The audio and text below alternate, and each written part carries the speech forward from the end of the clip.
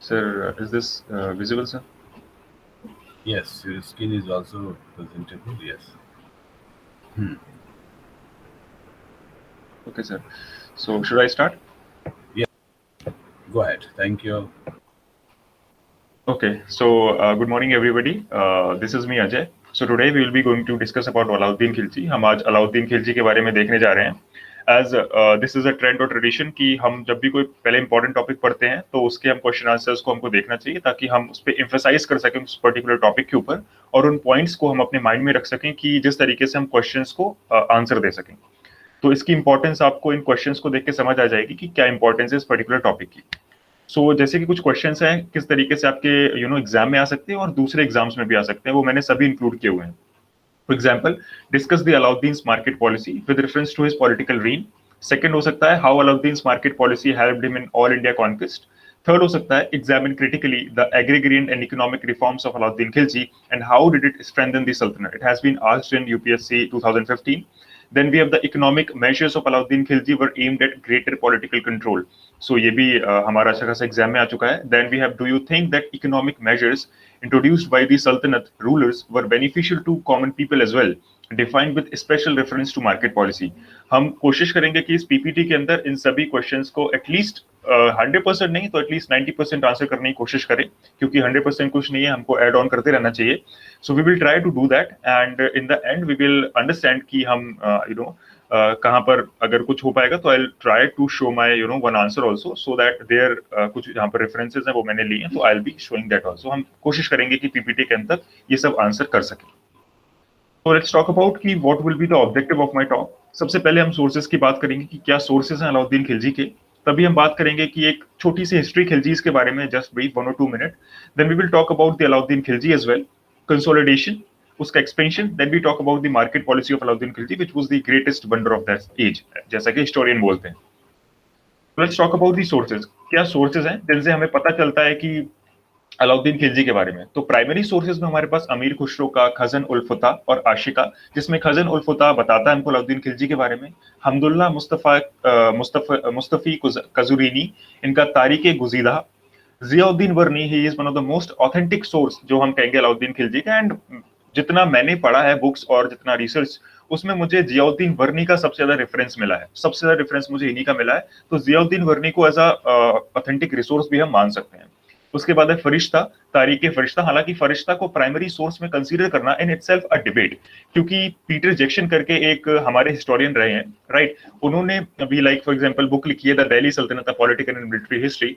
वो इस पे कमेंट करते हैं फरिश्ता की तारीख फरिश्ता पे. ये कहते हैं कि Tarikh Farishta was totally based on Ziauddin Barani's account and Amir Khusrau's account. Therefore we can't say that कि फरिश्ता की जो बुक है वो प्राइमरी सोर्स है.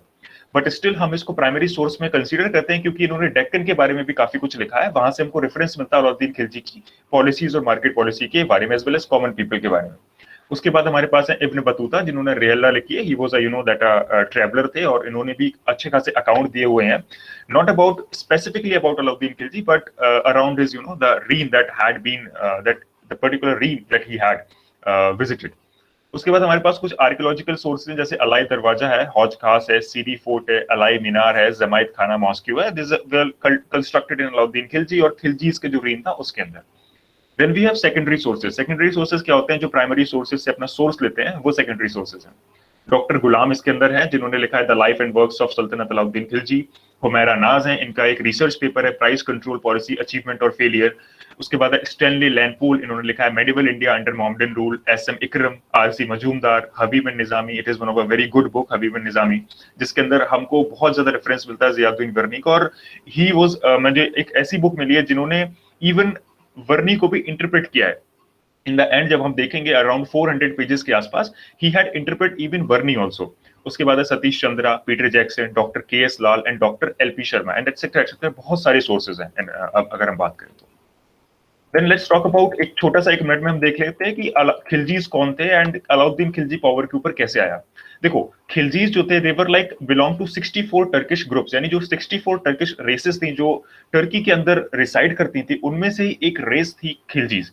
खिलजीज का हमें सबसे पहले मेंशन मिलता है फॉर एग्जांपल बख्तियार खिलजी का, जो कि इल्तुतमिश के पीरियड में था. इल्तुतमिश के पीरियड में था, मतलब जो हम देखते हैं कि इल्तुतमिश को हम कहते हैं कि जब हम कंसोलिडेशन एक्सपेंशन, जब हम क्वेश्चन लिखते हैं तो हमें इल्तुतमिश के बारे में बताते हैं कि उसने एक्सपेंड किया एम्पायर को टुवर्ड्स ईस्टवर्ड। तो if you remember then it was Bakhtiyar Khilji who had expanded the empire, not the Iltutmish. He was a governor, तो इल्तुतमिश ने उसको भेजा था, he had expanded and he was a one particular person जिसने नालंदा विश्वविद्यालय को भी डिस्ट्रॉय किया था। It is a completely a whole story in itself. But why we call Khiljis as Afghanis, उसका एक यही रीजन है कि जब ये टर्की में रहते थे तो मंगोल इन्वेजन, मंगोल थ्रेट था, राइट। सो मंगोलियन ने कब्जा करा था टर्की के ऊपर and therefore these people and some of the races of Turkey they move towards the Afghanistan as a safe centre. जब अफगानिस्तान की तरफ ये लोग आए तो उन्होंने socio cultural and economic aspects को अपनी लाइफ के अंदर अडेयर करना स्टार्ट किया एंड देयरफॉर इनकी generation by generation they become more of the Afghani rather than Turkish, but इनका DNA we can say that belongs to Turkey. Then जो first ruler थे हमारे, जो कि एम्परर जिसको हम बोलेंगे, वो जलालुद्दीन खिलजी थे। इनके बारे में ऐसा कुछ इन्होंने खास किया नहीं था जो हमें डिस्कस करना चाहिए, फिर कुछ ऐसा इनके खास अचीवमेंट नहीं थे। इतना पता है कि ये बेनेवोलेंट किंग थे और इन्होंने मलिक छज्जू का जो कहते हैं जिसको रिवॉल्ट, उसको बस इन्होंने आई वुड से कर्व किया था। ऐसा कुछ खास नहीं था इनका जलालुद्दीन के बारे में, but he was a first Khilji ruler, तो इस वजह से हमारे लिए इंपॉर्टेंट रहते हैं। Now let's talk about Alauddin Khilji. Alauddin Khilji के जो कि मेन हमारा आज का सेंटर ऑफ अट्रैक्शन है, उसके बारे में बात कर लेते हैं। इसका रीन है 1296 टू 1316, ये इसका जो रीन है, पॉलिटिकल करियर है, इसके बारे में बात हो रही है एज एम्परर। इनकी अर्ली लाइफ के बारे में हमें इतना कुछ नहीं खास पता अलाउद्दीन खिलजी की, बस इतना जानते हैं कि जो जलालुद्दीन खिलजी थे, he was his uncle, uncle थे। तो इनका जो रियल नेम है अली गुरशप, इवन हबीब निजामी अपना जो चैप्टर स्टार्ट करते हैं इन बुक, वो अली गुरशप से ही स्टार्ट करते हैं, ठीक है, जब उनका पॉलिटिकल करियर स्टार्ट करते हैं। और जो करा के अंदर इन्होंने टाइटल, जब मतलब जब इंसिडेंट हुआ था देवगीगर, जहां पर जलालुद्दीन खिलजी को इन्होंने बाय डिसीव से इन्होंने उसको किल किया था and he himself acquired the throne. Alauddin Khilji ने खुद जब थ्रोन को एक्वायर किया था तो इन्होंने करा के अंदर अपना टाइटल लिया था अब्दुल मुजाफिर सुल्तान लौदीन या वादीन मोहम्मद शाह खिलजी, इनका ये टाइटल था। एंड इसका रेफरेंसेस हमें मल्टीपल सोर्सेज में, रिसर्च पेपर में हमें देखने को मिलता है कि हाँ, यही उन्होंने एक टाइटल लिया था। और जैसा कि हम जानते हैं, he had killed Jalaluddin Khilji. Devagiri का इंसिडेंट था इन इटसेल्फ कि जब ये देवगिर के लिए जा रहे थे तो he had won over the Devagiri as Ali Gurshasp, पर जलालुद्दीन खिलजी को उन्होंने इनवाइट किया to consider the wealth, wine and everything. उसके बाद जलालुद्दीन खिलजी जब आए तो he had killed him. This is a short story. So this is how he became the emperor. But as everything happened, as मतलब जो एक बहुत ही रियलिस्टिक चीज है कि जब भी तख्ता पलट होता है या जब भी एक किंग दूसरा बनता है, जब भी पॉलिटिकल टर्मोइल होता है, तो सबसे पहले जो newly elected prime minister, president और the emperor, what they do, they try to consolidate their power, and that is why we see in our present day world that whenever a president, prime minister or anyone, or if it is a monarch, a king change, then what happens, the syllabus, curriculum, chancellors, the pattern, everything change in the universities.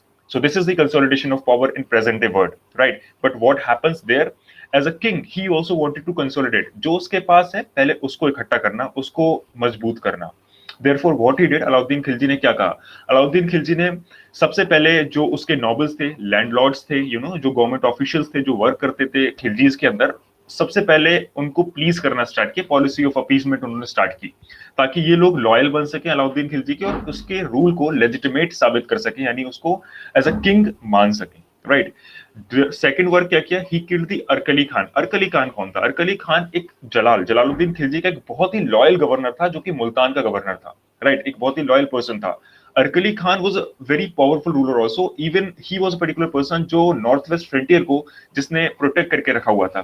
तो अरकली खान का रहना was a kind of कहूंगा जिसको कि एक threat था to Alauddin Khilji को as a emperor. तो अलाउद्दीन खिलजी ने he had killed Arkali Khan as well as whole of the family. और जो थर्ड अचीवमेंट जो मैं बोलूंगा कंसोलिडेशन करने के लिए, पावर को कंसोलिडेट करने के लिए, that is the to curving the Mongol, and therefore it was, I consider it was his biggest achievement कि उन्होंने मंगोल इन्वेजन को 2 टाइम्स कर्व किया था। And therefore it is very important that India, I would से it is my belief that India should be very much thankful towards the Allauddin Khilji so that he had curved the Mongol invasion.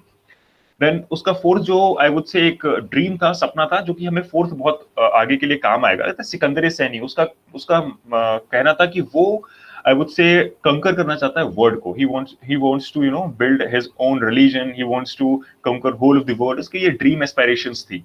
तो अब ये dream और aspirations होंगी तो वो आगे बढ़ेगा, एक्सपेंड करेगा। कैसे एक्सपेंड करेगा? इट इज द एक्सपेंशन, ठीक है, it is the map. One of the student I would से वाज आस्किंग, तो आई सेड दैट कि I will show that map. Third map जो है वो इंपॉर्टेंट है, अगर आप इसको बना देंगे आई डोंट थिंक सो कि आपको बहुत ज्यादा थ्योरेटिकल लिखने की जरूरत है, राइट? तो let us talk about expansion क्यों होता है, राइट?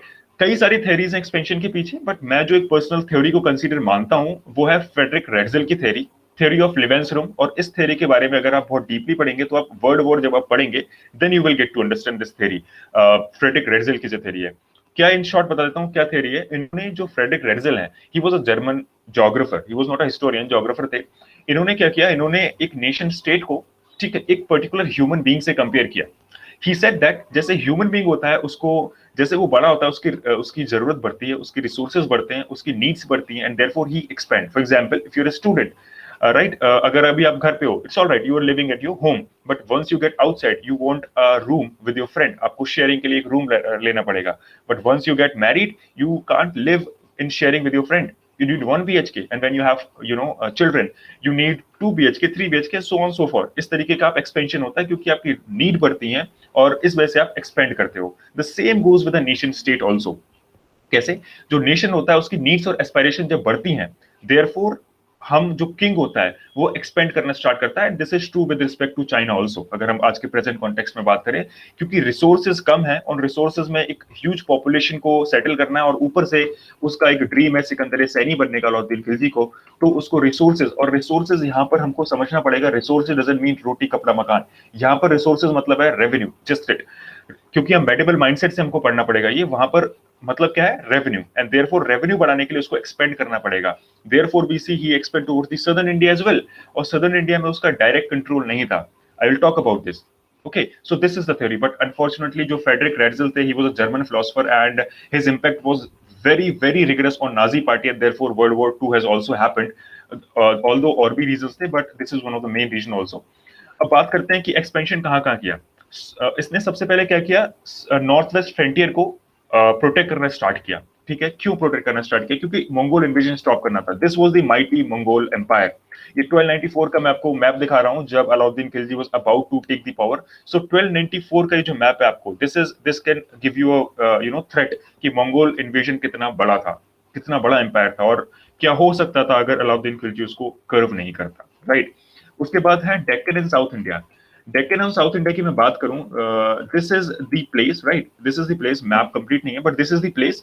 यहाँ पर क्या था, डेक्कन और साउथ इंडिया के ऊपर उसने एक पॉलिसी अपनाई थी, that is not to annex them, because it was not easily, it was not easy to annex or have a direct control over them। एक दिल्ली से बैठा रूलर साउथ इंडिया के ऊपर कंट्रोल इजीली नहीं कर सकता है, राइट? ये बात वो अच्छे से जानता था, और ये बात आई थिंक हर एक रूलर जानता था, अलाउद्दीन खिलजी के सक्सीसर भी, right, even it is Akbar और anything. So what they do, उन्होंने क्या किया, उन्होंने एक वेसल स्टेट बनाया इन सदर्न इंडियन स्टेट को, ताकि इनका एक क्वार्टरली, मंथली और ईयरली एक पेमेंट जाता था अलाउद्दीन खिलजी के पास, and Alauddin Khilji in return used to give them protection. और जो उनके, बट जो स्टेट्स थी, they were independent in decision making, right? उसके बाद एक तीसरा एक अचीवमेंट है राजस्थान, रणथंबोर और चित्तौड़। टाइम होता है also would have discussed about the Padmavat also, but the thing is Ranthambore और चित्तौड़ को भी उसने क्या कहते हैं, आई वुड से अनेक्स किया था। Then the fourth, Gujarat and Malwa. Gujarat को हम सिर्फ पढ़ के भूल जाते हैं, but Gujarat was very necessary. क्यों? इसका कॉन्सेप्ट ये है, जैसे ये आप देख रहे हो, that is I have made this Gujarat. Gujarat की जो सोलंकी डायनेस्टी थी, it was like undefeatable dynasty. It was the Mohammad Ghaznavi जो सोमनाथ टेम्पल को सिर्फ डिस्ट्रॉय कर पाया था, वहां की वेल्थ लूट पाया था, but as a Solanki dynasty को वो नहीं हरा पाया था। इट वाज मोहम्मद गजनबी, गोड़ी, इवन दी राजपूत किंग्स जो एक्सपेंड कर रहे थे, वो भी नहीं हरा पाए थे सोलंकी डायनेस्टी को। Therefore, it was the Alauddin Khilji, जो अलाउद्दीन खिलजी था, उसने सोलंकी डायनेस्टी को फर्स्ट टाइम कर्व किया था, एज वेल एज गुजरात को अपने डायरेक्ट अंडर कंट्रोल लिया था। Why? The reason is very simple. It is because it is the port state, और ये इंडस वैली सिविलाइजेशन से ही हम जानते हैं कि एक पोर्ट सिटी, पोर्ट स्टेट के रूप में है। यहाँ से गोल्ड एंड सिल्वर का इनफ्लो बहुत था, देयरफॉर रेवेन्यू चाहिए था, क्योंकि सिकंदर सैनी बनना था, एक्सपेंशन करना था, देयरफॉर गुजरात को उसने कैप्चर किया। सेकेंड रीजन, ये गुजरात पोर्ट था जो कि अरब कंट्रीज और ओवरसीज ट्रेड के लिए काम आता था। Therefore when he wanted to curb the Mongol invasion, India, Habib Nizami इसमें लिखते हैं कि इंडिया के जो हॉर्सेस थे वो पोनी हॉर्सेस, वो वॉरफेयर के लिए काम नहीं आ सकते थे। Therefore he wanted the Arabic horses. Arabic horses भी 3 कैटेगरी में डिवाइड किया गया था, बट अरेबिक हॉर्सेस जो थे वो इस पोर्ट से आते थे दिल्ली के अंदर, ताकि मंगोल इन्वेजन, मंगोल थ्रेट को रोका जाए। देयरफॉर ये बहुत इंपॉर्टेंट हो गया था अलाउद्दीन खिलजी के लिए कि गुजरात को कैसे भी उसको कैप्चर करना है, क्योंकि महाराष्ट्र आप कहेंगे सूरत और ये जो महाराष्ट्र और डेक्कन पोर्ट्स भी हैं, but they were not that much feasible और डायरेक्ट कनेक्टिविटी नहीं है New Delhi to Gujarat. I hope this thing is clear. Now let's talk about the main centre, that is the market policy of Alauddin.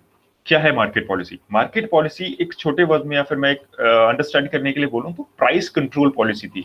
उसका पूरा का पूरा मकसद था कि जितने भी गुड्स एंड सर्विसेज वो दे रहे हैं मार्केट के अंदर, उनके प्राइसेस स्टेबल रहें। अब क्यों स्टेबल रहें, इसके पीछे डिबेट्स हैं। कुछ लोग कहते हैं कि मिलिट्री स्ट्रेंथ करने के लिए, ताकि मिलिट्री खुश रहे, मिलिट्री को चीजें आसानी से और चीप रेट में मिले, that is why. Second group कहता है कि no, it was humanitarian measures. तो हम देख लेते हैं कौन सा ग्रुप क्या कहता है। जियाउद्दीन वर्नी जो थे, he writes, and that is why we say कि थोड़ा बहुत ऑथेंटिक सोर्स रखते हैं हमको जियाउद्दीन वर्नी, क्योंकि ही was not a pleaser of Alauddin Khilji almost. उन्होंने कहीं कहीं जगह पे उनको कमेंट भी किया उनके ऊपर। तो अलाउद्दीन खिलजी बोलते हैं कि उनकी जो पॉलिसी थी वो कोई ह्यूमैनिटेरियन पॉलिसी नहीं थी, market policy. It was totally based upon the army strength. वो चाहते थे कि आर्मी खुश रहे, आर्मी स्ट्रेंथन रहे, आर्मी को हर चीज वो प्लीज रहे आर्मी, एंड देयरफॉर आर्मी को बिल्ड और करना चाहते थे, एंड देयरफॉर मंगोल इन्वेजन को वो कैसे भी कर्व करे, देयरफॉर आर्मी को स्ट्रेंथ करना जरूरी है, देयरफॉर प्राइसेस को कंट्रोल करना जरूरी है, देयरफॉर वो हैप्पी होंगे। और इसी वजह से आई वुड से जियाउद्दीन वर्नी लिखते हैं कि कोई ह्यूमैनिटेरियन मेजर नहीं था। के.एस. लाल जो है इसको सपोर्ट करते हैं इस व्यू को और बोलते हैं कि सच बात है जियाउद्दीन वर्नी की कि ऐसा ही था। बट अमीर खुसरो और शेख नसीरुद्दीन चिराग जो हैं, ये दोनों जो लोग हैं ये इसको अपोज करते हैं, वेहेमेंटली अपोज करते हैं। एंड हबीब निजामी लिखते भी हैं कि ये जो दोनों पीपल हैं ये बोलते हैं कि it was totally based upon the humanitarian measure. Even Amir Khusro तो एक पूरा पैराग्राफ लिखा है इसके बारे में कि कैसे ह्यूमैनिटेरियन मेजर था ये पूरा का पूरा पॉलिसी, नॉट एनी पॉलिटिकल और army military weapon. But in the end अगर हमें एक बैलेंस्ड आंसर लिखना है तो हमको ये जो रहना है, what were the main intentions behind the policy, हमको ये लिखना पड़ेगा कि for winning public support, to consolidate empire, to curb the power of Mongols, for public welfare, maintaining peace and harmony, to empower the state, to give political and economic stability. And now I'll consider, like, मतलब आप सोच रहे होंगे political and economic stability कैसे आएगी, I'll tell about all these things, to strengthen the army even। तो हमको इस balanced answer में लिखना है इस तरीके से ही पड़ेगा, right after the debates। Now let's talk about the, आपने बोला कि मेजर्स, मतलब उसकी जो पॉलिसी थी वो थी प्राइसेस को कंट्रोल करने की, लाइक प्राइसेस जो all over India, all over Delhi, that is in itself a new debate कि ऑल ओवर दिल्ली था आइडिया। लास्ट स्लाइड फिर से एक बार सुन सर, डिबेट, क्योंकि ये अभी थोड़ा सा इम्पोर्टेंट है। अभी इस तक मैं नहीं पहुंचा हूँ क्योंकि क्लास में वो अभी तक बच्चे मेहनत नहीं कर रहे हैं। तो डिबेट आप एक बार फिर से बता दीजिए। जी सर बिल्कुल। तो डिबेट्स के ऊपर क्या है, डिबेट्स के ऊपर ऐसा है कि फॉर एग्जांपल जो एक पर्टिकुलर एक आई वाज हिस्टोरियन के बीच में ये एक मतभेद कहूंगा इसको या फिर एक टर्मोइल कहूंगा, ये है कि कुछ एक ग्रुप ऑफ हिस्टोरियन बोलते हैं कि जो अलाउद्दीन की मार्केट पॉलिसी थी that was to strengthen the army. आप समझ रहे हो, टू स्ट्रेंथन द आर्मी। एक दूसरा ग्रुप बोलता है नो, जो आर्मी को स्ट्रेंथन या आर्मी से रिलेशन कुछ नहीं था पॉलिसी का, ना आर्मी को प्लीज करने का था, उसका टोटल जो रिलेशन था वो था humanitarian measure. He wanted the public welfare. वो एक बहुत बेनेवोलेंट किंग था, he wanted the public welfare, वो पब्लिक वेलफेयर चाहता था। एंड देयरफॉर उसने ये जो मार्केट पॉलिसी थी वो लेके आई थी ताकि लोग उसको सपोर्ट करें, लोगों का उसका सपोर्ट रहे और उसकी इस वजह से लंबी रीन रहे, लोगों का जो हैप्पीनेस रहे, राइट। तो इसके ऊपर दो लोग हैं, एक जियाउद्दीन वर्नी और डॉक्टर के.एस. लाल। हालांकि और भी लोग हैं, हबीब निजामी का इस पे स्टैंड मुझे क्लियर इतना नहीं लगा क्योंकि आई थिंक मेरे से वो मिस हो गया I think chapter. But Ziauddin Barni और जो के.एस. लाल है उन्होंने इस पे स्टैंड बहुत ज्यादा क्लियर किया है कि ही वांटेड जस्ट मिलिट्रिकल स्ट्रेंथ, उसको मिलिट्रिकल स्ट्रेंथ चाहिए थी, देयरफॉर उसने प्राइसेस को कंट्रोल किया। प्राइसेस को कंट्रोल करने से क्या होगा, आर्मी जो है ना उसको प्राइसेस, उसकी फैमिली को जो गुड्स है वो कम दाम में मिलेंगे। इवन जो इस मार्केट पॉलिसी के अंदर हम देखते हैं कि आर्मी के लिए एक कैंटीन खोला गया था जहां पर, और आज भी वो एक सिस्टम चलता आ रहा है हमारे इंडिया के अंदर कि आर्मी को एक कैंटीन अलॉट होता है जहां से वो सामान ले सकते हैं चीप प्राइसेस में, राइट। ऐसा वहां पर भी था, उस दौरान भी था। तो लोग कहते हैं कि ये जो दो लोग हैं ये बोलते हैं कि ऐसा ही था कि आर्मी को प्लीज करने के लिए। लेकिन अमीर खुसरो और शेख नसीरुद्दीन चिराग, जैसा मैंने कहा कि अमीर खुसरो ने पूरा पैराग्राफ लिखा हुआ है इस पर्टिकुलर चीज के ऊपर ओनली कि वो जो पॉलिसी थी वो ह्यूमैनिटेरियन मेजर था। वो कहीं से कहीं तक कोई भी एक हिडन उनका कहूंगा जिसको एजेंडा नहीं था कि मिलिट्री को स्ट्रेंथ करना है and so on so for, उनका बस एक ही एजेंडा था अलाउद्दीन खिलजी का कि वो चाहते थे पब्लिक वेलफेयर, दैट्स इट। सो ये दो लोग हैं। And now let's talk about the measures that has been taken to control the prices of goods. For example, मैंने बोला कि जो उसकी मेन पॉलिसी थी मार्केट पॉलिसी, उसका पूरा का पूरा सिस्टम ही ये था कि वो चाहता था कि प्राइसेस एकदम कंट्रोल रहें, प्राइसेस ज्यादा और कम ना हो, राइट। तो उन्होंने क्या किया, सबसे पहले जो ही डिक्लेयर किया, बट बात आती है कि कैसे करेगा, मतलब ये जो किंग है वो कैसे करेगा। तो these are some measures that he had taken. For example, he had declared that the land revenue in the Doab region, that is the area extending from Meerut near Yamuna to the border of Kara near Allahabad, would be paid directly to the state. What was happening? Doab region, आजकल के जमाने में और आजकल के time में भी हम जानते हैं कि Doab region is the most fertile region of India, right. और वो उस समय भी था। दोआब रीजन पहले जिसको हम कहते हैं इक्ता के बारे में पढ़ा है, जो इक्ता था ना उसको इक्तेदार्स को दिया जाता था। दोआब रीजन जो था वो एज अ इक्ता लैंड था, ना कि खाली सा लैंड। बट अलाउद्दीन खिलजी ने बोला नहीं, since it is a highly productive land, यहाँ से रेवेन्यू अच्छा आएगा, therefore I am abolishing the iqta, और हम इसी को बोलते हैं एबॉलिशमेंट ऑफ इक्ता, जो कि डन बाय अलाउद्दीन खिलजी। जो दोआब रीजन था उसका इक्ता उन्होंने खत्म कर दिया था, उसको खाली सा लैंड बना दिया था, and therefore the revenue that was generated into the Doab region वो डायरेक्टली अब स्टेट ट्रेजरी में जाता था विदाउट एनी मिडिलमैन। सेकंड था the land revenue was raised from 20% to 50% of the produce. ये लैंड रेवेन्यू क्या, it is the farmers taxation. जो farmers थे उनके ऊपर जो टैक्स लगता था उनके प्रोड्यूस के ऊपर, पहले 20% 30% इवन हमने देखा है लगता था, but it has been suddenly raised to 50%, and this has been followed by britishers also. So 50%। So अब क्या हुआ, फार्मर्स एकदम से बर्डनड हो गए। वाई? बिकॉज पहले फार्मर्स जो थे वो अपने गुड्स को बेचते थे तब जब आई वुड से उनको लगता था कि उनके गुड्स का मतलब उनके जो आई वुड से ग्रेन्स का प्राइस अच्छा मिल रहा है। बट नाउ सिंस वो मनी लैंड करते थे मनी लैंडर्स से, उनको वो चुकानी पड़ती थी मनी, क्योंकि अगर वो देर करेंगे तो उन पे इंटरेस्ट लगेगा। व्हाट दे देयरफॉर क्या हुआ, एक सिस्टम ऐसा बिल्डअप हो गया कि जैसे ही क्रॉप का जो कहते हैं जिसको प्रोक्योरमेंट होता था, तभी फार्मर्स को मजबूरन क्रॉप्स को बेचना पड़ता था कैसे भी दामों में बंजारास को, जो कि हम मर्चेंट्स होते थे, सेलर्स होते थे, राइट। और फिर वो जो मनी आता था वो देते थे as a tax to the state and as a tax and as a return to the money lenders. समझ रहे हो? This is something we have to understand. तो वो जो बर्डन थे फार्मर्स बर्डन हो गए थे। लेकिन बंजारास जो थे, जो मिडिलमैन थे, यानी जो सेलर्स और मर्चेंट्स थे, वो थोड़ा सा प्रॉफिटेर रहते थे यहाँ पर, क्योंकि बंजारास जो ले लेते थे ग्रेन्स और जो भी क्रॉप्स थी उनकी, और वो जो क्रॉप्स थी वो उसको जाके बेचते थे दिल्ली के अंदर। ये यहाँ पर दिल्ली मैंने स्पेसिफिकली मेंशन नहीं किया है, स्टेट और टाउन्स के अंदर, क्योंकि इसके ऊपर एक डिबेट है कि बंजारास कहाँ बेचते थे। इट वॉज दिल्ली और it is all over the India. आप समझ रहे हो, जो मर्चेंट्स होते थे। देयरफॉर मैंने स्पेसिफिकली यहाँ पर नहीं लिखा है कि ये दिल्ली के अंदर बेचते थे या फिर दिल्ली के अंदर ये लोग सेल करते थे, लेकिन जहां भी सेल करते थे it was at the minimum selling price, MSP, जो कि आज भी हमारी गवर्नमेंट्स इनको रहती है, जो कि हम मंडीज के अंदर देखते हैं कि एक ट्रेंड जहां पर मिनिमम सेलिंग प्राइस रहता है किसी भी एक कॉमोडिटी का, व्हीट का, राइस का, and different different varieties of goods का, जहां पर फार्मर्स को उनका एक मिनिमम सेलिंग प्राइस रहता है कि उससे नीचे वो नहीं मिलेगा। और वो सेम ऐसा ही होता था उस अलाउद्दीन खिलजी के टाइम पीरियड में भी, कि बंजारास उस एक मिनिमम सेटिंग प्राइस पे बेचते थे। फॉर एग्जांपल चादर जो था 10 जितल थी, just giving the examples. Horses जो थे वो 110 से लेके 120 जितल थे। स्लेव्स का रेट 20 जितल से लेके 2000 जितल भी था even, right. So it is something we should understand, मतलब इससे अप एंड हाई नहीं रहेगा। फोर्थ क्या, मतलब फिफ्थ मेजर क्या था, टू एंश्योर नो होर्डिंग। ये बहुत ही इंपॉर्टेंट पॉइंट है, ये प्रेजेंट डे वर्ड से भी बहुत रिलेट करता है। क्या होता है, इसका कॉन्सेप्ट क्या है? Hoarding is is a trend in today's world also. क्या रहता है, फॉर एग्जांपल कश्मीरी सेब है या फिर फॉर एग्जांपल कश्मीरी मिर्च है। अब क्या किया, कोई एक बड़ा मेगा स्टोर या फिर बड़ा इंडस्ट्रियलिस्ट आया, उसने जैसे ही देखा कि कश्मीरी सेब जो है या फिर कश्मीरी मिर्च है या फिर कुछ भी है वो बाजार में आने वाले हैं, यानी उनका सीजन आ गया है। What they do actually, they try to hold all of the crops, all of the varieties that has been taken or has been out by the Kashmiris, वो सारा का सारा होल्ड करने की कोशिश करते हैं। जब होर्डिंग हो जाएगी, एक सिंपल इकोनॉमिक कॉन्सेप्ट, जब होर्डिंग हो जाएगा, जब मार्केट में मिलेगी ही नहीं चीज, तो प्राइस सडनली रेज करेंगे, राइट। सो ये आजकल के जमाने में, आजकल के वर्ल्ड में भी बहुत होता है, and it is very common. और बड़े बड़े जब ग्रुप्स देखते हैं कि एकदम से प्राइस राइज किया है, they just suddenly release all of their goods, वो अपने गुड्स को रिलीज कर देते हैं ताकि उनको एक अच्छा प्रॉफिट मिल सके। बट ये चीज अलाउद्दीन खिलजी के टाइम में भी होती थी, और इसको कर्व करने के लिए उन्होंने क्या किया, इनको कर्व करने के लिए उन्होंने दीवाने रियासत बनाया, जिसके अंदर ये बंजाराज थे दीवाने रियासत डिपार्टमेंट ऑफ कॉमर्स, इसके अंदर जो बंजारास थे and these sellers were used to register themselves so that there would be no black marketing. जब रजिस्टर हो जाएंगे, इवन वो और उनकी फैमिलीज रिस्पॉन्सिबल होती थी कि अगर कुछ होर्डिंग रहा तो it will be very much difficult for whole of the family to sustain in for the longer run.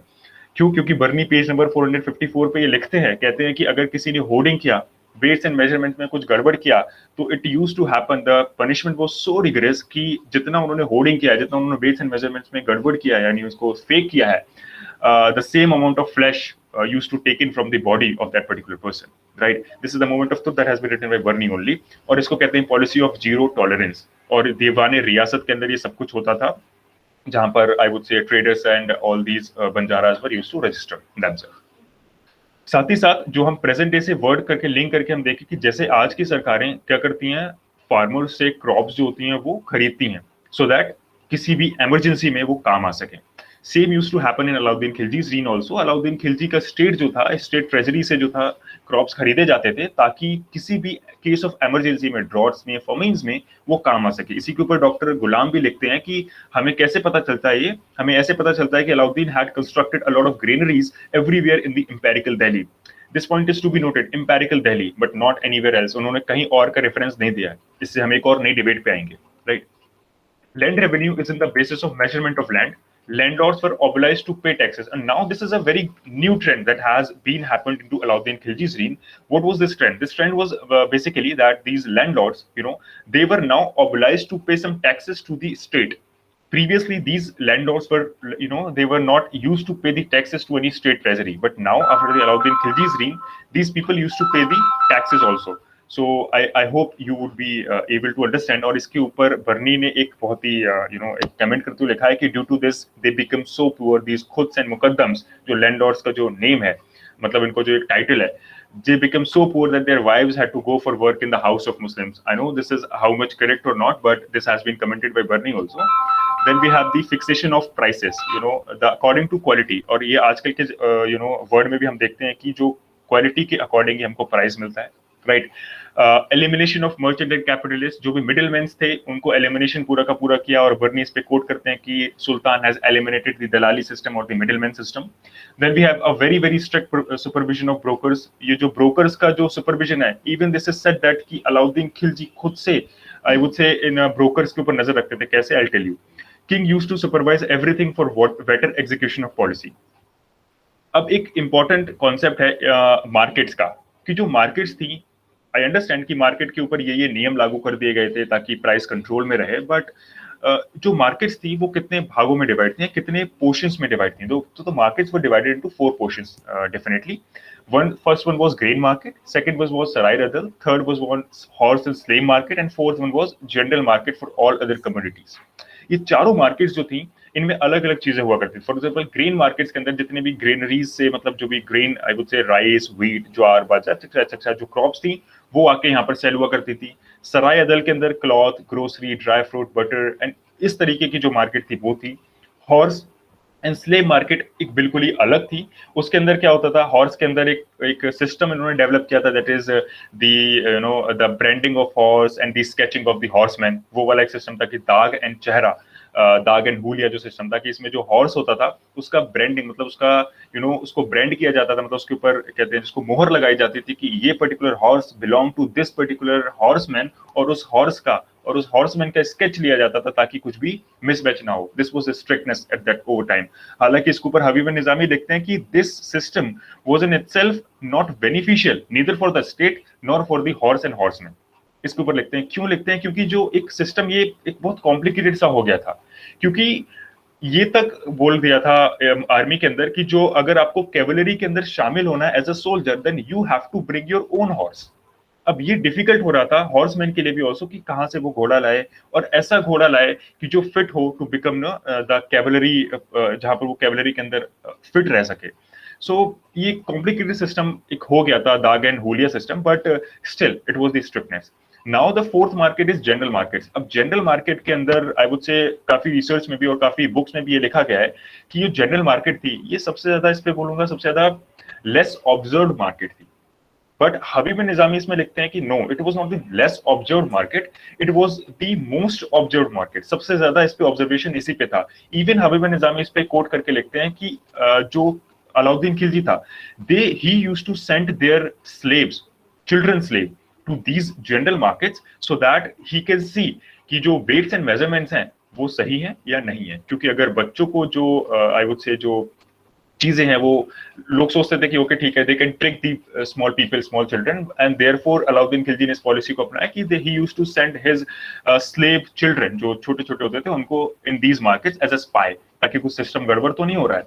अब ये जो होल सिस्टम था मार्केट्स का, वो प्रोडक्शन कॉस्ट के ऊपर डिपेंडेंट करता था। आप सोचेंगे कि अगर ये प्रोडक्शन कॉस्ट क्या है, प्रोडक्शन कॉस्ट इज लाइक जितना प्रोडक्शन में कॉस्ट आ रहा है उससे थोड़ा सा मार्जिनल प्रॉफिट ही करके प्राइस जो है वो सेट होंगे। फॉर एग्जांपल अगर आपका शू है वो 9 जितल में बन रहा है तो उसको हम 10 जितल में ही मार्केट के अंदर बेचने का अलाउ करेंगे, स्टेट ऐसा बोलता था, थोड़ा सा प्रॉफिट के साथ। It was the production cost. इस प्रोडक्शन कॉस्ट के ऊपर भी अब एक डिबेट है, वो क्या है कि कुछ हिस्टोरियंस बोलते हैं कि ये जो चारों मार्केट्स हैं इसके ऊपर प्रोडक्शन कॉस्ट का जो था आई वुड से एम्बलम, और यानी आई वुड पैरामीटर लगता था कि all these 4 markets were parameterized by production cost.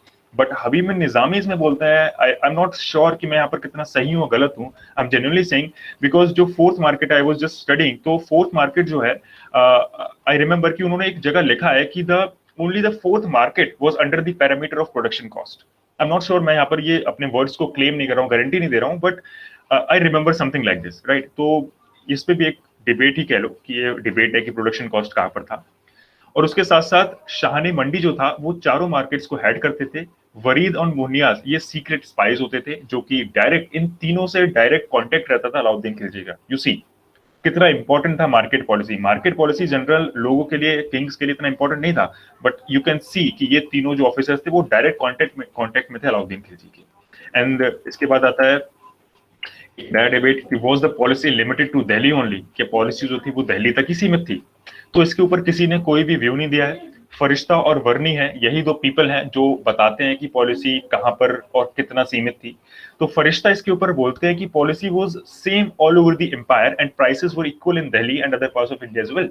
He said that the policy that has been executed in Delhi, it was also executed in whole of the empire also, from the Kashmir to the that particular Deccan provinces also. But Barney का इस पे stand बिल्कुल ही opposite है। He said that it was limited to Delhi only. Why he said that? क्यों? उनका एक paragraph है उसमें ये बोलते हैं बर्नी कि traders and merchants they were forced to register in Department of Commerce, that is Diwani Riyasat, and forced to work and reside in Delhi. सो इस पर्टिकुलर सेंटेंस को कुछ हिस्टोरियन ने ऐसे इंटरप्रेट किया है कि बर्नी ये इस वजह से बोलते हैं ताकि किंग को डर था कि अगर ये मर्चेंट्स और ट्रेडर्स दीवाने रियासत में रजिस्टर ना होके और दिल्ली में नहीं रह के अगर किसी और जगह पर अपने आप को रिसाइड करेंगे आउटसाइड दिल्ली, तो प्राइसेस फ्लक्चुएट होंगे, क्योंकि उसके प्राइसेस सिर्फ दिल्ली में सीमित हैं, बाहर प्राइसेस का फ्लक्चुएशन नॉर्मल है। Therefore, he wanted कि जितने भी traders हैं, जितने भी I would say merchants हैं, they should only reside and work in Delhi, वो बाहर ना जा पाए, ऐसा सिस्टम उसने बिल्ड करने की कोशिश की थी। सो इस वजह से हमें पता चलता है कि ये पॉलिसी दिल्ली तक शायद से लिमिटेड थी, बट एक मेजोरिटी व्यू कहता है कि शायद ये पॉलिसी पूरा का पूरा एम्पायर के अंदर था। नाउ इस was the policy of success और फेलियर, इसके ऊपर एक रिसर्च पेपर हुमैरा नाज ने लिखा हुआ है, वो रिसर्च पेपर बहुत अच्छा है। I would recommend you all people to study that particular paper. इसके ऊपर उन्होंने कई सारे रेफरेंस दिए हुए हैं, इवन हर एक का रेफरेंस उन्होंने डाला है। इसमें इवन बतूता बोलते हैं, कहते हैं कि जब वो इंडिया के अंदर विजिट किए उन्होंने देखा कि जो पीपल हैं इंडिया के, they are praising the Alauddin Khilji for his market policy, they are remembering the Alauddin Khilji as a good king. You're understanding? So this is we have to understand. LP Sharma भी इस चीज को सपोर्ट करते हुए कहते हैं कि market system of sultan was a noble experiment which was a successful experiment. He also say that कि yes, he also support कि एक सक्सेसफुल एक्सपेरिमेंट था। आयज कुरैशी भी इस चीज को सपोर्ट करते हैं, बट वी विंसेंट स्मिथ जो है, he is criticizer, he said that कि नो, जो मैं मान सकता हूं कि ये जो आर्टिफिशियल मेजर्स जो लिए अलाउद्दीन खिलजी ने, they had somehow controlled the prices but at a greater operation कैसा, I have already told you.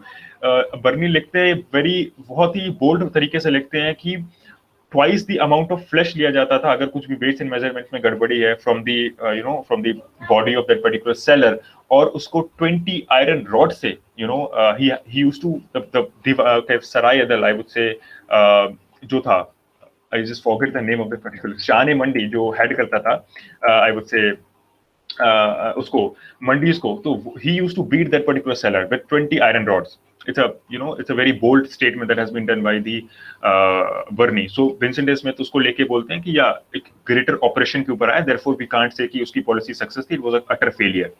KS. Lal भी इस चीज को क्रिटिसाइज करते कहते हैं कि okay, what is of real importance, अब ये सेंटेंस थोड़ा सा इंपॉर्टेंट है, what is of real importance in Alauddin's reign is not so much cheapness of prices, it is the the prices were same everywhere, cheapness नहीं थी, समझ रहे हो, चीपनेस जो थी प्राइसेस की वो एक अचीवमेंट नहीं था, बट प्राइसेस जो थे वो सेम थे, this was the achievement.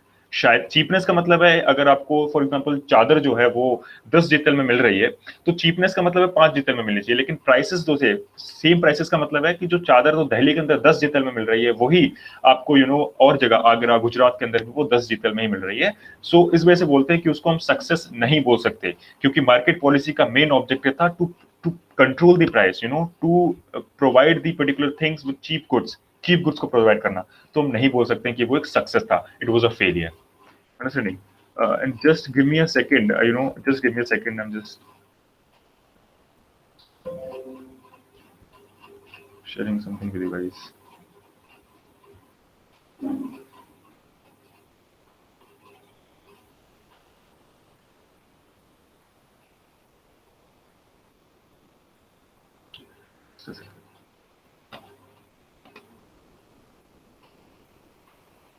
Look, this is the मतलब ये चीजें वहाँ पर इंक्लूड नहीं हो सकती थी. I was like was not that, was short of time, that's why. So दीवानी रियासत जो था, this was like this. दीवानी रियासत में मर्चेंट रजिस्टर मर्चेंट्स जो थे वो रजिस्टर होते थे. उसके बाद नो ब्लैक मार्केटिंग, क्योंकि इतना हाईली स्ट्रिक्ट सिस्टम था कि हर एक चीज उनकी मेजर होती थी. और उसके बाद नो होर्डिंग तो हो ही नहीं सकता, सवाल ही नहीं था. बर्नी इसको लिखते हैं the permanence of prices in the grain market was a wonder of the age. एक पर्टिकुलर एक ये डिबेट और है कि क्या रिफॉर्म्स एंटी हिंदू थे, क्योंकि उस समय सबसे ज्यादा ट्रेडर्स जो थे यानी मर्चेंट्स थे वो हिंदूज थे. लेकिन ये बात शायद कहूंगा partial true, it is not completely true, because it has been written by Bernie as well as Farista or other historians also, that there were plenty of traders and merchants who belongs to the Sahel and the, I would say, the Muslim community. Therefore we can't say it was the anti-Hindu, but हम देखते हैं कि कोई ना कोई एक Hindu angle था. He wanted to punish the Hindu people, ऐसा भी हम बोलते हैं. So we cannot say fearlessly that the policy was not anti-Hindu. There was some Hindu angle that we cannot collectively defy. ये मैंने मतलब conclusion पे पहुंचा था after reading few sources. What were the military reforms? Military reforms क्या थे जो किए थे? Let me tell you. Abolition of Ekta system abolish हुआ. उससे क्या हुआ कि खुद की पर्सनल आर्मी abolish हो गई. ठीक है, जो इक्तदार पर्सनल आर्मी रखते थे abolish हो गई. इससे क्या हुआ कि जो स्टेट आर्मी थी वो स्ट्रेंथन हुई. अब कोई अनचैलेंज्ड पावर था state army. Permanent standing army का कॉन्सेप्ट लेके आया है. सेंट्रलाइज्ड आर्मी मतलब सारी चीजें सेंट्रलाइज थी. इवन अलाउद्दीन खिलजी को कहते हैं कि पता था कि उसके हॉर्समैन क्या है, ठीक है, उसके कितने हॉर्समैन है, कौन सा हॉर्समैन है, कौन सा नहीं है, कौन सा कैवलरी मैन है, ये भी कहते हैं कि अलाउद्दीन खिलजी को इतनी नॉलेज थी. He used to pay them in cash, he introduced the chehra and dark system, that is sketch of horsemen and branding of horses. And according to फरिश्ता लिखते हैं कि 4,75,000 cavalry men used to be there in the Allauddin Khilji, और it is a very huge number. Military reforms का significance क्या है? जैसा कि मैंने बोला कि it was the stopping the invaders, mainly Mongol invasion को स्टॉप करने के लिए वो जानता था कि ये सबसे बड़ा थ्रेट है Mongol invasion, and therefore he wanted to build the army. Second था कि imperialistic expansion, that is all India conquest, and Sikandar Sani जो उसको बनना था, that is something. This is conclusion, and I would like to give you one map here. अगर ये map अगर आप जो लास्ट अगर आप ये याद कर लेंगे तो things will be sorted out for you guys, ताकि अगर ये मैप थोड़ा सा याद रहेगा तो लिख लोगे कि मार्केट पॉलिसी ने इकोनॉमी स्ट्रेंथन की. क्यों? क्योंकि प्राइसेस स्टेबल थे, प्राइसेस राइज फ्लक्चुएट नहीं हो रहे थे. बिल्कुल प्राइसेस फ्लक्चुएट नहीं होते हैं तो क्या होता है, जो आई वुड से जो नंबर ऑफ टैक्स मतलब जो टैक्सेस हैं वो कॉन्स्टेंटली ट्रेजरी के अंदर जा रहा है. जितना भी टैक्सेस है जहां जहां लगा हुआ है पूरा कॉन्स्टेंटली एक I would source of revenue बन जाता है. ठीक है, जब प्राइसेस एकदम कंट्रोल थे तो सोर्स ऑफ रेवेन्यू बन गया कि हाँ इतना तो हर ईयर आएगा ही आएगा स्टेट ट्रेजरी के अंदर. तो इकोनॉमिक स्ट्रेंथ है, उसको पता था कि हर साल तो I can finance my campaigns here and there also. Market policy से प्राइस कंट्रोल हुआ, आर्मी इससे खुश हुई क्योंकि आर्मी की कैंटीन्स बनाई गई, आर्मी इससे खुश हुआ और ऑल इंडिया कॉन्क्वेस्ट जो था चला. मार्केट पॉलिसी से पब्लिक सपोर्ट आया क्योंकि मार्केट पॉलिसी जो थी वो it was like had given a relief, a kind of big relief to the public, क्योंकि अब हर एक चीज अफोर्डेबल दाम पे थी. Even it is said that historian का नाम भूल गया मैं, but it has doctor K S. Lal, I think he has written that कि the the center, the court of the Alauddin Khilji became the pilgrimage site. People used to visit that because वो उनको लगता था कि उनके सारे दुख का निवारण वहीं होगा. आप समझ रहे हो, इतना ज्यादा पब्लिक सपोर्ट मिल गया था अलाउद्दीन खिलजी को, and therefore we can say that he had gone to a very very long reign. Almost 40 years he had, become the, I would say, the emperor of Delhi. So that's all from my side. Thank you. Okay, Ajay 1 minute वो notes दिखाइए. Okay sir, okay.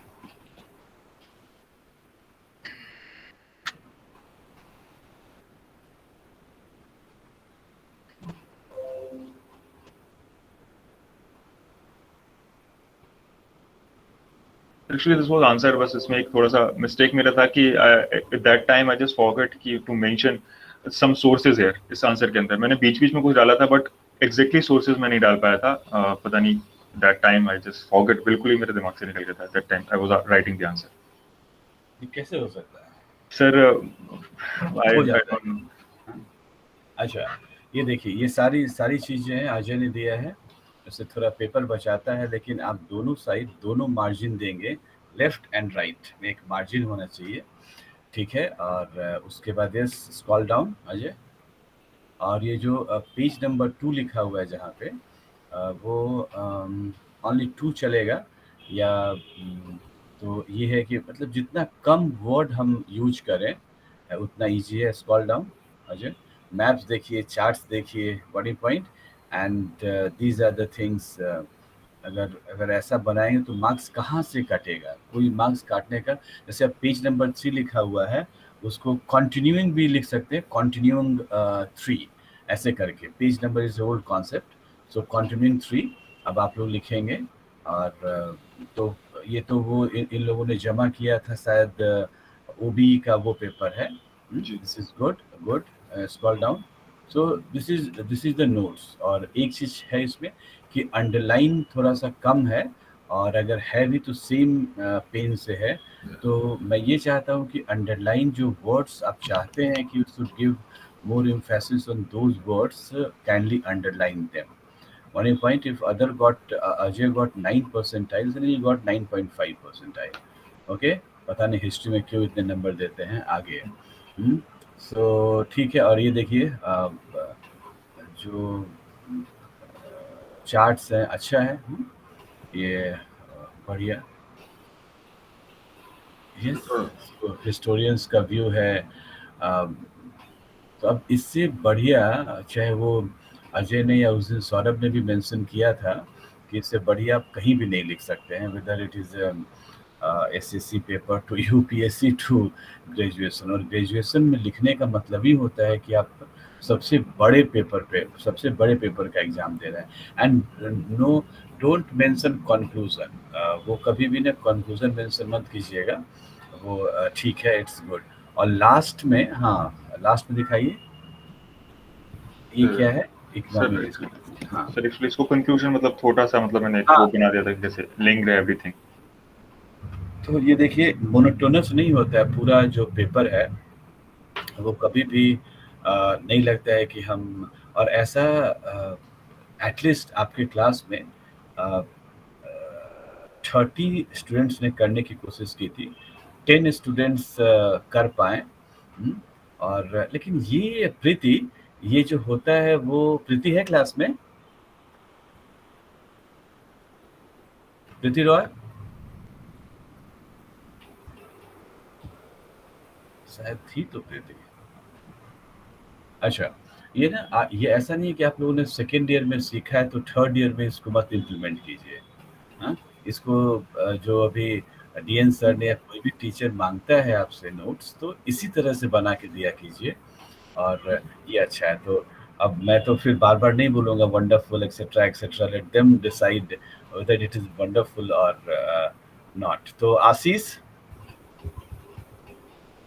Any question? Any question? No sir. नहीं, अरे no sir नहीं, मतलब अगर question है. Sir आपने तो पढ़ाए थे, फिर वो फिर और क्लियर हो गया. और भी क्लियर हो गया, ठीक है. तो सबको मैं नहीं पढ़ाया है, लेकिन प्रॉब्लम है कि this is the individual student जो कि उसमें कुछ ऐड करना. यस सर, तो इसमें बहुत सारे चीज एडेड थे सर. जैसे तो डिबेट में सर आपने डिबेट में ज्यादा नहीं बताया तो सर डिबेट में वो डिबेट में अच्छा से बता। यस, तो डिबेट ये है कि आप जब डिफरेंट बुक्स पढ़ेंगे, डिबेट है लेकिन आप लोग ढूंढ के नहीं लाते हैं, थोड़ा सा ढूंढने की कोशिश कीजिए कि और सारा मिलेगा आपको, वहीं पे मिलेगा। डिबेट्स है, अगर एक भी नई बुक आप पढ़ते हैं तो डिबेट वहाँ पे 100% मिलेगा। तो ये है कि आप लोग कितना मुझे नया दे रहे हैं, इस पे डिपेंड करता है कि टीचर और कितना प्रोड्यूस करता है। ठीक है Ashish, 1 point. Yes sir, Archana, yes any question? Yes sir, yes sir. Sir काफी कुछ उन्होंने ऐड किया था भैया ने, बट यही है ना, मतलब लाइक जैसे आपने अलाउद्दीन खिलजी की market policy and expansion, I think आपने ये सबसे पहले बताया था मार्केट पॉलिसी से पहले। तो उसके एक्सपेंशन का आई थिंक एक और भी था कि जैसे हम देखते हैं कि बलबन का जो पॉलिसी था उसके जस्ट बाद हम अलाउद्दीन खिलजी एक उससे बड़ा रूलर आ जाता है, तो उसका एकदम ऑपोजिट है वहां पे पॉलिसी जो है। तो वहाँ के लोगों का मतलब आई थिंक कहीं ना कहीं इससे भी था कि लाइक हम देखते हैं कि बलबन कितना डिस्पोटिक रूलर था, उसके बाद अलाउद्दीन खिलजी एक नया रिफॉर्म लेकर आता है। तो आई थिंक अगर पीपल हैप्पी थे तो उसका भी एक रीजन हो सकता है कि बलबन उससे पहले आया होगा वैसा रूलर। हाँ, हो सकता है। क्या ये पॉइंट ऑफ व्यू हो सकता है? हाँ, अजय से पूछते हैं। सर मैं इस कंप्लीटली पॉइंट ऑफ व्यू से एग्री नहीं कर पाऊंगा, क्योंकि sir the main reason is that हो सकता है सर कि बलबन ने कंसोलिडेट करने का स्टार्ट, बट उसका जो पॉलिटिकल रीन था या पॉलिटिकल स्फेयर था बहुत ही सर कम था। अलाउद्दीन खिलजी का पॉलिटिकल स्फेयर बहुत था, और फरिश्ता सर वी सी वो he is not came into the court of Delhi, he came in the court of Deccan sir, right. So Deccan का उसने एविडेंस दिए हैं, ना कि दिल्ली के एविडेंसेस दिए हैं। तो आई वुड नॉट से कि ऐसा था, बिकॉज उसका पॉलिटिकल रीन ही बहुत था, अलाउद्दीन खिलजी का करियर बहुत बड़ा था और उसका पॉलिटिकल स्फेयर बहुत बड़ा था। देयरफॉर आई वुड से कि उसकी पॉलिसी ही इतनी अच्छी थी कि that people had given the praises to him instead of Balban एक डिस्पोटिक रूलर था। I would not like completely agree, but हाँ Archana you are partially right here.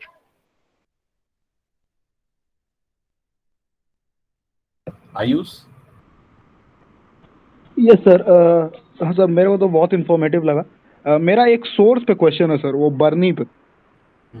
बर्नी आपने सर जब पढ़ा रहे थे आप, तो आपने कहा था कि he was absolutely not critical of Alauddin Khilji, and every decision जो भी उसका होता था उसमें उसको सपोर्ट करता था, and he was not entirely neutral when it came to Hindus. मतलब वो थोड़ा सा एंटी, तो मैं वर्ड नहीं यूज करना चाहता, लेकिन ही वाज नॉट वेरी बेनोवलेंट और न्यूट्रल नहीं था वो हिंदूज को लेके, उसका थोड़ा मतलब एंटी फीलिंग थी। तो ये दोनों है सर कि क्या वो क्रिटिकली एनालाइज कर पाया है क्या बोलते हैं अलाउद्दीन खिलजी को, और हिंदूज के लिए क्या जो मतलब आपने बोला तो वो भैया भी समझते हैं कि नहीं कि वो मतलब एंटी फीलिंग थी उसमें? 100% agree in that particular thing. इसी के ऊपर I would say Habib Nizami, when you will study, then he had written a kind of 3 to 4 or I believe 5 pages on the interpretation of Barni only, कि बर्नी को कैसे interpret किया है, right. तो that is something I would 100% agree, and that is why I said कि he was anti Hindu थे, क्योंकि जब उनके कुछ वर्ड्स हैं, एंटी हिंदू एज अ नहीं बोल रहा हूँ डायरेक्ट, बट ऐसे कुछ वर्ड्स हैं, for example the wives of that particular community used to go to and the work into the Muslims, तो वो वहां पर पॉइंट आउट कर रहे हैं। तो वी कैन सी थोड़ा एंटी हिंदू वाला टॉन्ट है या टिंज है उनके वर्ड्स के अंदर।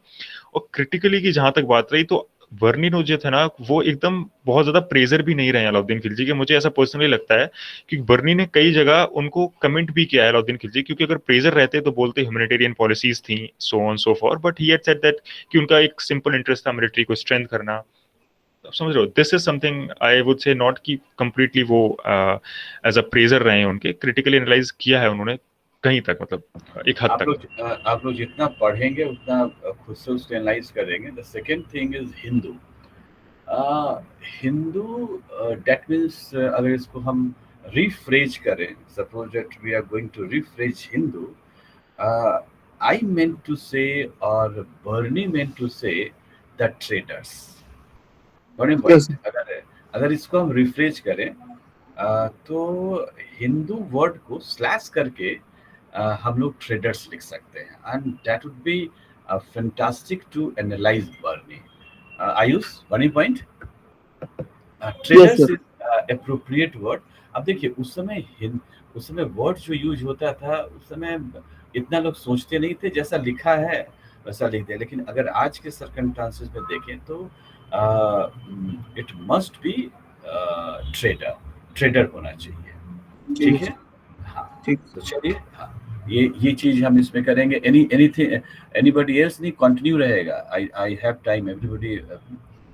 Yes, go ahead. Rohit, Ram, Rajiv, Rahul, Puneet, Amit, anybody else want to sir. Intervene? हाँ, अमित। Yes sir.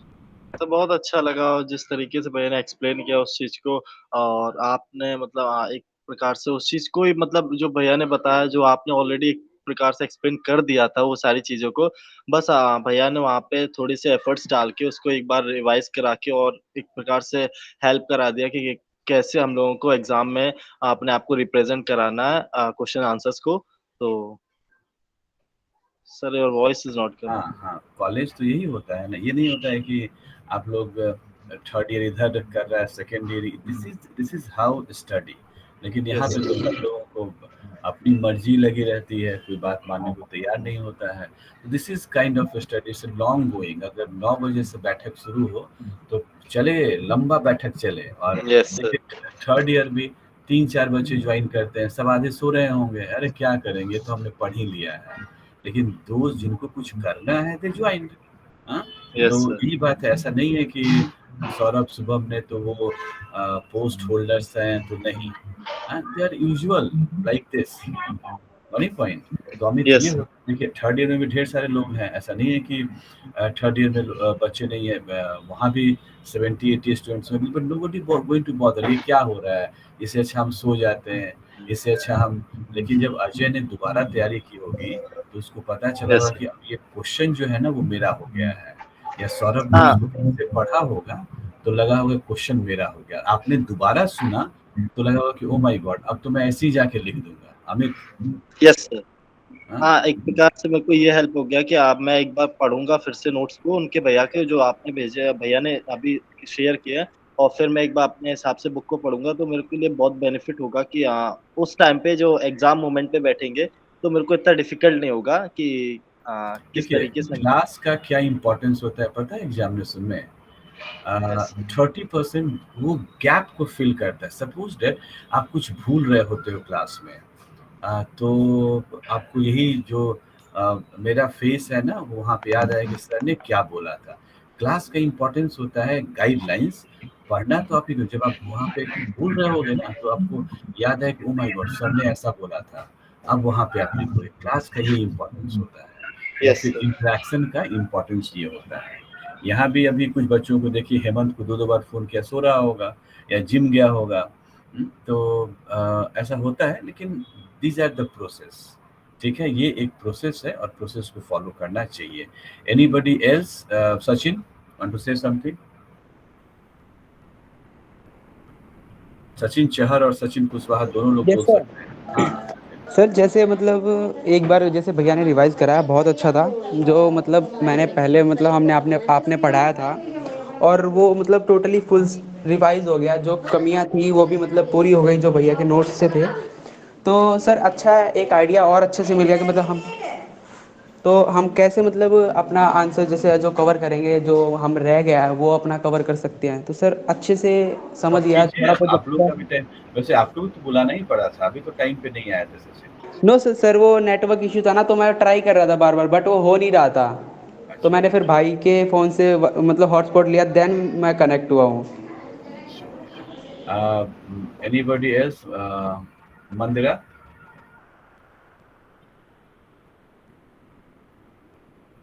मंदिरा, लक्ष्मी 2094, लक्ष्मी, यस सर। हाँ, बताइए। सर बहुत बहुत अच्छा लगा, बहुत समझ में आया। जितना भी पहले पढ़ा था अलाउद्दीन खिलजी के बारे में, मार्केट पॉलिसी के बारे में, एक तरह से माइंड में सब कुछ बैठ गया है कि किस तरह से एग्जाम में लिखना है और नोट्स की प्रिपरेशन, और आगे चल के पीवी पीपीटी तैयार करनी पड़ेगी, तो उसमें कैसे तैयारी करके कैसे एक्सप्लेन करना है सब कुछ। Very good. कुछ क्वेश्चन है लक्ष्मी आपका? तो सर क्वेश्चन है। Yes. Shwetank? Yes, sir. Sir, Yeah, Bhaiya go has ahead. mentioned that, sir, any trader want to migrate, they can't do so. So, if any Muslim or rather or other than trader want to migrate without registering in Diwan-e-Riyasat, they can do so. Explain once more, Svetan. Sir You are भैया ने trying. Main sir हाँ हाँ. भैया ने mention किया था कि traders को दीवान रियासत में ही वो रजिस्टर कराना पड़ेगा. It is compulsory. If rather than traders, any Muslim want to migrate from the state or any rain, so they can do so. Yes. You are talking about the whether the different policies for the Hindus trader and the Muslim trader. Yes, I sir. think Yes. so. Yes, sir. Ajay, Yes. are you here? Yes sir, I am. Sir ये Shwetank actually the thing is this, इस पे stand clear नहीं है I would से, अगर मैं बात करूं तो क्योंकि डिवीजन वही है कि पॉलिसीज हिंदू के लिए कैसी थी, मुस्लिम के लिए कैसी थी, ठीक है। आप डिफरेंट डिफरेंट सोर्सेज पढ़ोगे, डिफरेंट डिफरेंट चीज समझ में आएंगी। जो मुझे पता है, मतलब जो मैं अपने एंड से जितना अभी पढ़ के जानता हूँ, later on my opinions could be changed. So the thing is this कि जो मुस्लिम्स थे, राइट, उनको कहीं ना कहीं एक फ्रीडम तो थी, ठीक है। जो मुस्लिम ट्रेडर्स थे उनके ऊपर पॉलिसीज इतनी हार्श नहीं थी, लेकिन जो हिंदू ट्रेडर्स थे उनके ऊपर पॉलिसीज थोड़ी हार्श थी, राइट। और इसका एक दूसरा, मतलब एक दूसरा सोर्स से मैं बताता हूँ तुमको कि फॉर एग्जांपल जब बर्नी या फिर जब आई वुड से एक पर्टिकुलर हिस्टोरियन के.एस. लाल या फिर एल.पी. शर्मा जब बात करते हैं तो वो ये बोलते हैं कि जब हिंदूज को टारगेट करके अगर कोई पॉलिसी बनाई जा रही थी तो उसका इम्पैक्ट मुस्लिम ट्रेडर्स के ऊपर भी था। हम ये नहीं बोल सकते बिल्कुल भी कि अगर हिंदू ट्रेडर्स किसी चीज को करते थे तो मुस्लिम ट्रेडर्स उस चीज को नहीं मानते थे। तो अगर जितना इफेक्ट हिंदू ट्रेडर्स के ऊपर था बुरा, उतना ही इफेक्ट मुस्लिम ट्रेडर्स के ऊपर भी था। इट हैज बीन कलेक्टिवली, मतलब इसको माना गया है, हाँ ये ऐसा ही था। ये हबीब निजामी भी बोलते हैं, ये के.एस. लाल भी बोलते हैं। आई हैव, मतलब मैं, if I Yes, for yes, more reference I yes. Could say to you. Yes, Ajay, you are definitely right.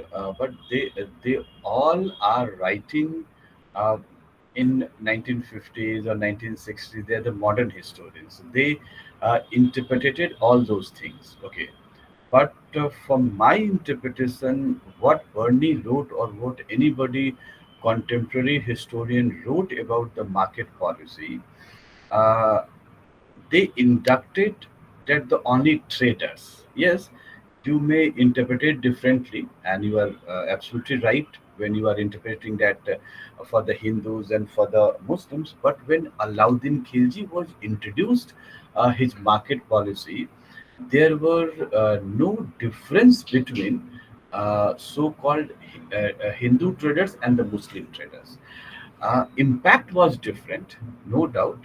The rules and regulation was little bit easier for the Muslim traders than Hindu traders, but basically, the most of the traders, most of the strong traders, wealthy traders are from the Hindu communities. One point.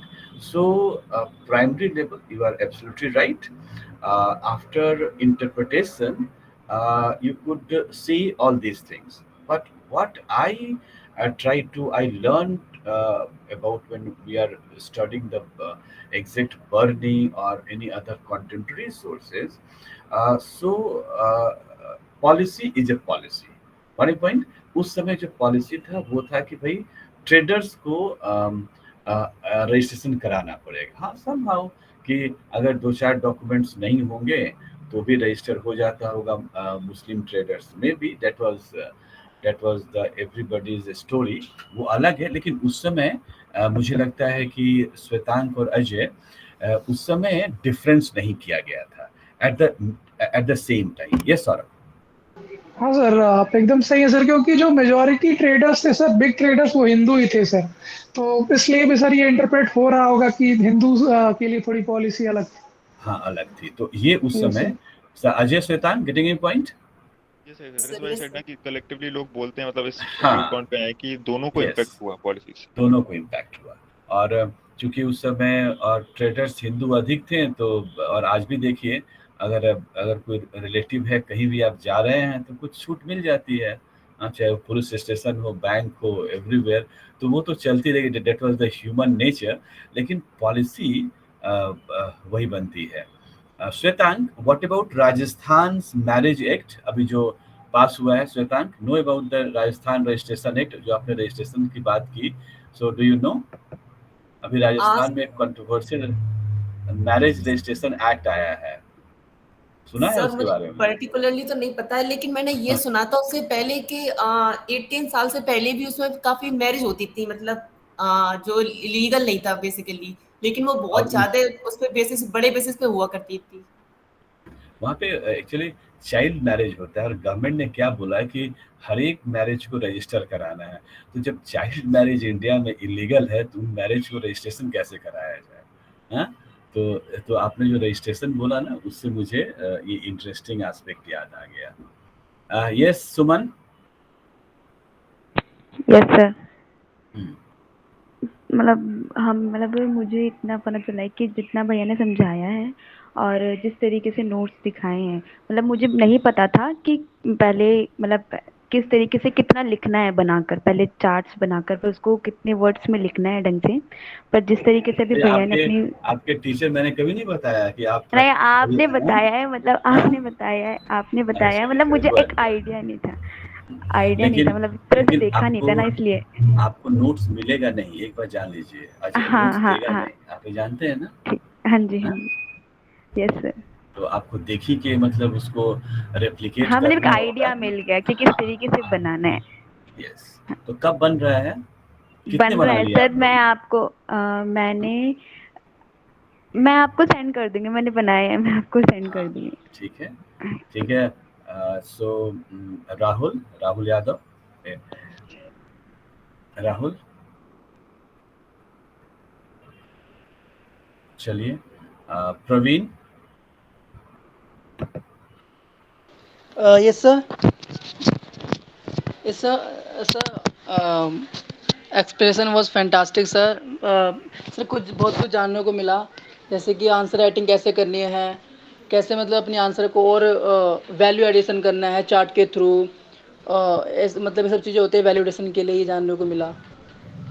तो yes और sir. जाने को नहीं, थोड़ा सा इस पे work भी कीजिए आप लोग। जी सर, और जी सर, वर्क भी करेंगे। हाँ, और नोट्स भी बनाइए। ठीक है जी sir. Gautam. Yes sir. Gautam. Hmm, sir बहुत बढ़िया था सर। और सर ये भैया ने एग्जाम्पल के थ्रू बहुत चीज क्लियर करा है। अ, अ, जैसे जैसे जैसे शुरू में ही इन्होंने कहा है कि जैसे जैसे हमारी जरूरतें बढ़ती है, उस तरह से हम अपने आप को कवर करते हैं। और अलाउद्दीन खिलजी के संदर्भ में इन्होंने कहा है कि उस समय इन्होंने अपना जो क्षेत्र बढ़ाया था, तो वो इसलिए बढ़ाए थे कि वहां से ज्यादा रेवेन्यू आ सके। तो ये चलिए सर। गुड। तो चलिए अच्छी बात है। और ऐसा सेशन और होते रहना चाहिए। Yes sir. मंदिरा। नहीं, चलिए गुंजन अभी मंदिरा, सॉरी, मानवी लास्ट में, गुंजन, गुंजन दिवाकर। Yes sir. तो आप अपने सीनियर्स को क्या बोलेंगे, ऐसे कुछ और प्रेजेंटेशन होने चाहिए? Yes sir. सर भैया ने बहुत अच्छा समझाया, हमें उससे बहुत आइडिया मिला कि पेपर में कैसे लिखना है और किस तरीके से डिस्क्राइब करना है चार्ट के अच्छा। थ्रू। और फिर यस क्वेश्चन, क्वेश्चन तो है नहीं, ये तो सबको पता चल रहा है। जब तक क्वेश्चन नहीं रहेगा तब तक और मजा कैसे आएगा? सर, आगे से क्वेश्चन पूछेंगे। ठीक है। तो आगे से क्वेश्चन नहीं, क्वेश्चन पूछेंगे नहीं होता है, मतलब क्वेश्चन आ जाना चाहिए कि कुछ उसमें। ओके चलिए सर। क्वेश्चन, मतलब क्वेश्चन पूछने के लिए टीचर या किसी से क्वेश्चन नहीं पूछते हैं। हाँ, वन पॉइंट कि परेशान करना है या फिर ऐसा नहीं होना चाहिए। क्वेश्चन आए तभी क्वेश्चन पूछना चाहिए। ठीक है। ओके और सर। राज शंकर शुक्ला, आपका माइक अगर ठीक है तो आप भी कुछ बोल सकते हैं।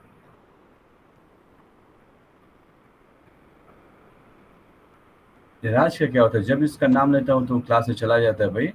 हाँ अर्चना। तो नेटवर्क इशू होता होगा और 1.5 साल में अगर नेटवर्क इशू नहीं हो गया, तो अगर फिक्स नहीं हुआ तो हम क्या करेंगे? एक प्रिंसी का उसी तरह से वो आते जाते रहती है क्लास में।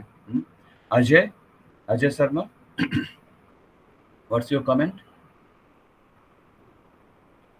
चलिए, सो मानवी लास्ट कमेंट और उसको क्लीन शीट ऑफ कीजिए। और यस सर। और ऐसा ऐसा और एक मिनट, ऐसा और होना चाहिए। और यहाँ हमारे पास मिस्टर प्रेसिडेंट भी है, शुभम भी है, उसके बाद प्रीति, सारे लोग हैं। तो अभी ढेर सारे प्रेजेंटेशन, आप अपने सीनियर्स को मान भी बोल दीजिए, ठीक है ना, कि वी नीड मोर दीज